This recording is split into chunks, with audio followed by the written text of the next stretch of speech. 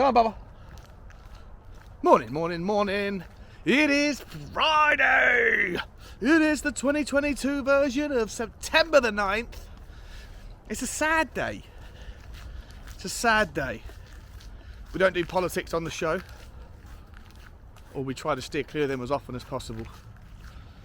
And so, just want to take the chance to say my condolences and my respect to everybody who loved the Queen. She passed yesterday at 96. It's a really good innings, isn't it? And she was on the throne for 70 years. And a lot of people are very sad today. And I'm sad for them. And I hope everyone can be respectful, however you feel about the monarchy, etc. Because Twitter's particularly toxic this morning and last night. Anyway, my condolences to the friends and family and loved ones of the Queen. And we don't know how the impact of this is going to shape out. Excuse me, I've got a stone in my shoe again. The impact of her passing on the Premier League. It's about 10 o'clock, no, 9:30, 9:45 right now, and there's still no update on what's going to happen to the games this weekend. So we will find out in due course. I'm expecting postponements. Are you? How do you feel about the postponements? Let me know in the comments. But if you are going to comment, please be non-political as best you can. Just keep it football. We're not a place that wants to get into fights about things. Bugsy. Anyway, so I just wanted to spend a couple of minutes talking really about my thoughts on the Marseille game and the Man City game, if it's happening, or if it's not happening, what that means for Sporting, if that's going to happen. We don't know right now, so it's difficult to really get into too much detail. But Marseille we can reflect on, and I haven't really reflected on it.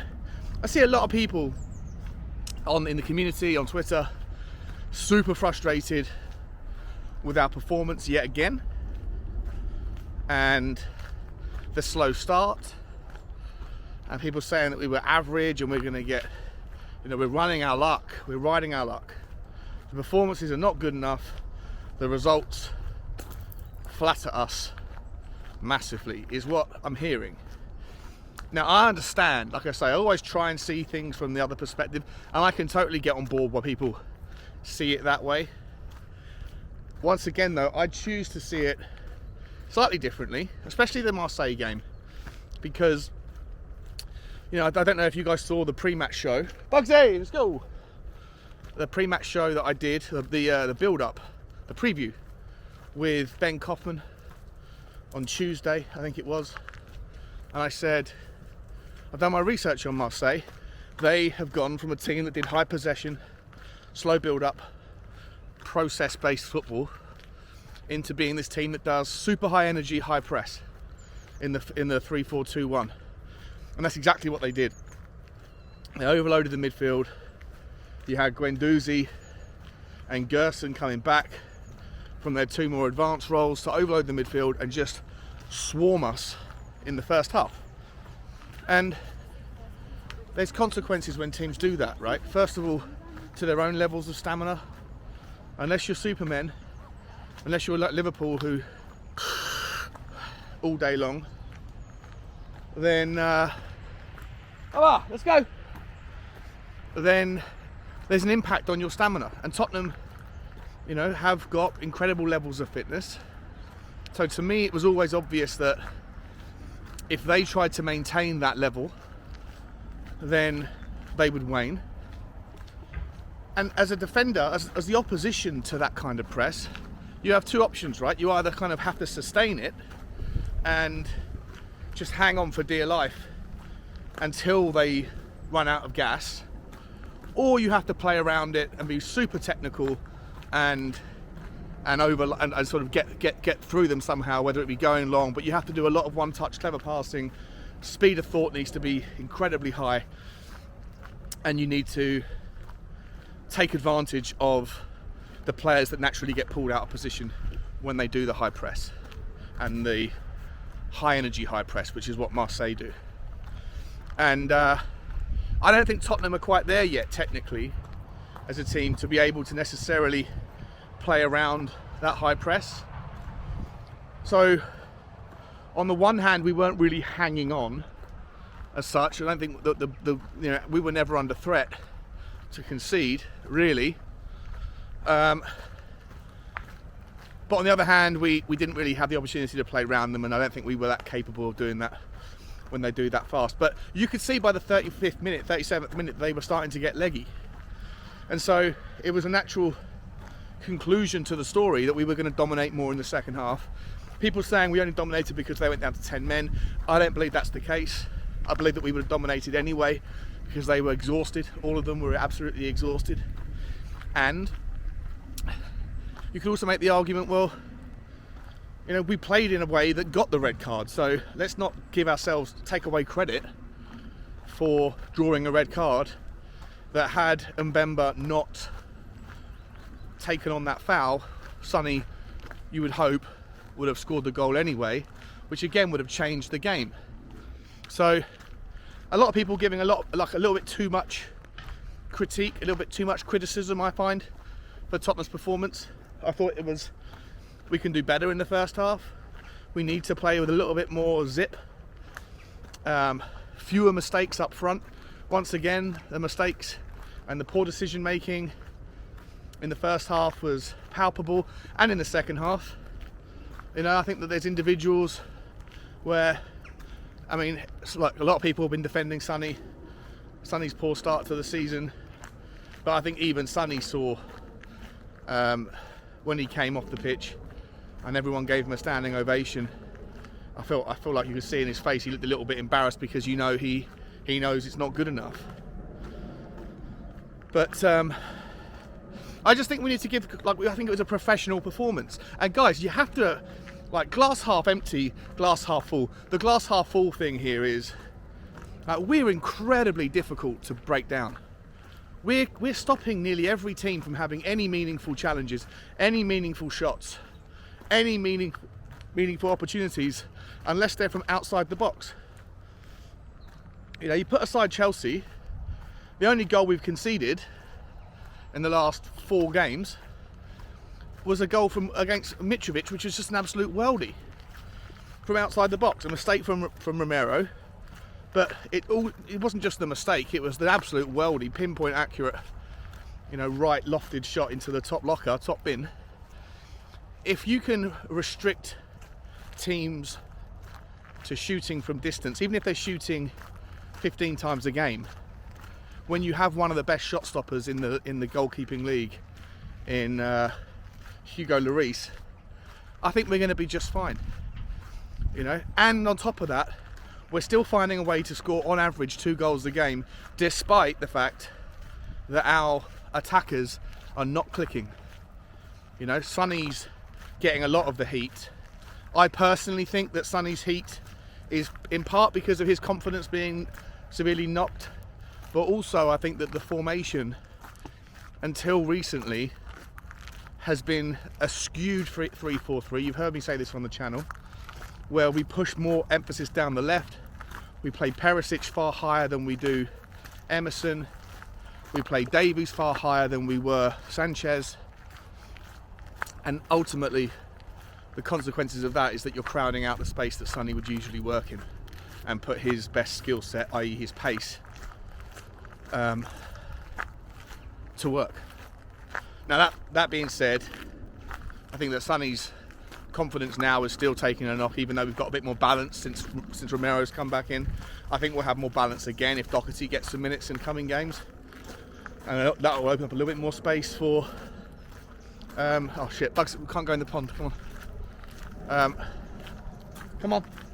That will open up a bit more space for Sonny, but we needed to definitely needed to try and get a goal out of Sonny before the Man City game. If the Man City game was happening, So I choose to view this current process that we're going through of not playing great, not giving enough credit where it's due to the opposition tactics, but getting results. I choose to see it more as a, like, imagine how difficult we're going to be to beat when the forwards click into gear as well. Because right now the defenders are doing a great job. They are, you know, and I feel like a lot of people would be a lot happier if Eric Dyer and Ben Davies had different names on the back of their shirt. The same player with the same capabilities, but just somebody fresh. I think a little bit of the reason why people panic about the back line is because we've had Ben Davies and Sanchez and Eric Dyer in that back line for many years. Dyer and Davies for many years. And people see that as like stalemate or staleness or not freshening things up. And they remember periods where Dyer and Davies were nowhere near as competent as they are currently in the back three. But if you actually reflect on the performances and on the few goals that we concede and the way that we're restricting teams to shooting generally from 23, 24 yards, I think people would be a lot more they would look a lot more favourably on the back three that we currently have if Dyer and Davies had different names on the back of their shirt and looked a little bit different but had the exact same competencies. I think there's like a recency bias, or the fact that they haven't been recently introduced to the team, that people want to see something different. But not entirely, not everybody, and that's not the only reason, but I do think there's part to play in that. Let me know your thoughts. Other news, not other news, but other thoughts. I mean, how good was Rishi? So pleased for him, and look, he's a cult hero, isn't he? If people fell in love with Emerson for holding up the torch against Arsenal, people were going to fall in love with Richarlison for crying with his mum and dad. I mean, the guy is he's just pure passion, isn't he? It's brilliant. It's so great to see. So great to see. I couldn't have been more wrong about that signing. Happy to hold my hands up and acknowledge it. I was looking at the numbers that he scored, looking at the numbers that we paid, looking at a bunch of things that were statistically measurable. And the one thing you can't measure is passion and energy. I don't think you can really, write that down on a piece of paper. And I overlooked it. And I absolutely adore him. He's fast becoming, one of my favourite players. And couldn't be happier to have been so wrong about him. And I'm so happy that he's got 2 goals in the Champions League. He's got his season underway. We just need Sonny to get his season underway, and then all things should be motoring along in the right direction. The one thing I would like to speak about, do you guys, let me know what your thoughts are. Do you guys feel like there's any amount of selfishness going on amongst Sonny and Kane? And I don't know, I haven't really landed on this yet. I'm not saying that there is. It's an idea that's percolating, and I'm keeping my eye on it. Someone mentioned it to me, a few people mentioned it to me a few weeks ago, and I was like, I'll have to keep an eye on it and have a think. And I've been looking at it, and I'm starting to see where they were coming from. There's moments in games where they're happy to pass to each other kind of more outside the box in the build up, but when you get close, when you get to just on the edge of the area, 20 yards or in, both of their first thought is always to turn unnecessarily, turn into brick walls of defenders and have a shot. And you can see by the amount of block shots that we're throwing up in every game right now. We're having 6, 7, 8 block shots a game, whereas we used to have a couple at most. And a lot of it's from Kane and Son. And I just don't know whether it's like, if it's a thing or if it's coincidence. Is it just players trying to do their best to score? Is there some level of selfishness? Is there some level of, you know, each of them trying to get their own stats up, or feeling like, well, if the other guy's not going to pass to me, then I won't pass to him when the opportunity's there? It's not in abundance. I'm not saying it happens every time. I just think that some of the decision making in the final third from our front three, but mainly our front two, has been pretty poor. Stay there for 1 second, guys. Sorry about that. Neighbourly stuff. I don't know where I got to. Was it about Sonny and Kane? Yeah, I just think that there's, like I say, I might be making a mountain out of a molehill. I'd love to know your thoughts, guys, because I haven't landed on how I feel about it yet. But I just look at the amount of shots off target, or block shots rather, stats, and I just feel like the final decision making of the front three is somewhat, you know, left a lot to be desired. And then, like I say, you just look sometimes and feel that, I don't know, whether Sonny's just trying so desperately to get his goal. I don't know. I worry a little bit. I do worry a little bit about it, because I know we're only a couple of goals away from everything turning into third or fourth gear. And then I can't wait to see us go to places and just batter them 4-5-0, because we've got the defence that just is very difficult to break down. A midfield that is, I mean, just stronger.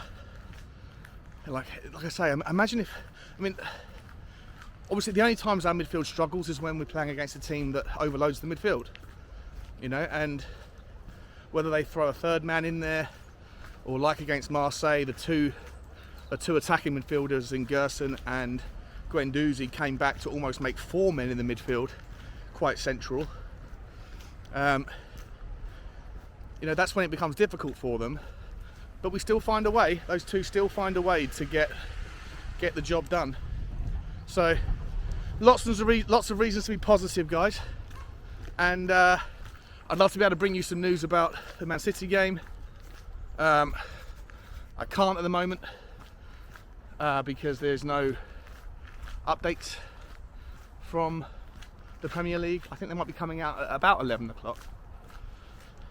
So I'm going to spend the last couple of seconds speculating on what it really means if Tottenham's game is cancelled.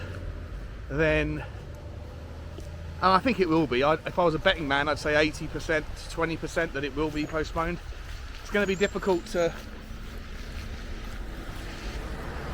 It's going to be very difficult to squeeze it in before the World Cup. We're basically playing 2 games a week now until the World Cup, so it would have to go into the new year. And that, I think you could probably make enough adjustment for 1 additional game. But if the Champions League game was also postponed, difficult. I just don't know when it all gets fit. You know, you can't literally play 3 games or 4 games in a week. You couldn't do it. So it's not easy. It's not easy. But what it does mean is that Tottenham, if it is suspended, means Tottenham remain undefeated, remain as in the top 3, and gives us more reasons to stay optimistic that this start to the season can proceed. I love you all, guys. Like, share and subscribe. As always, guys, as always, bye bye.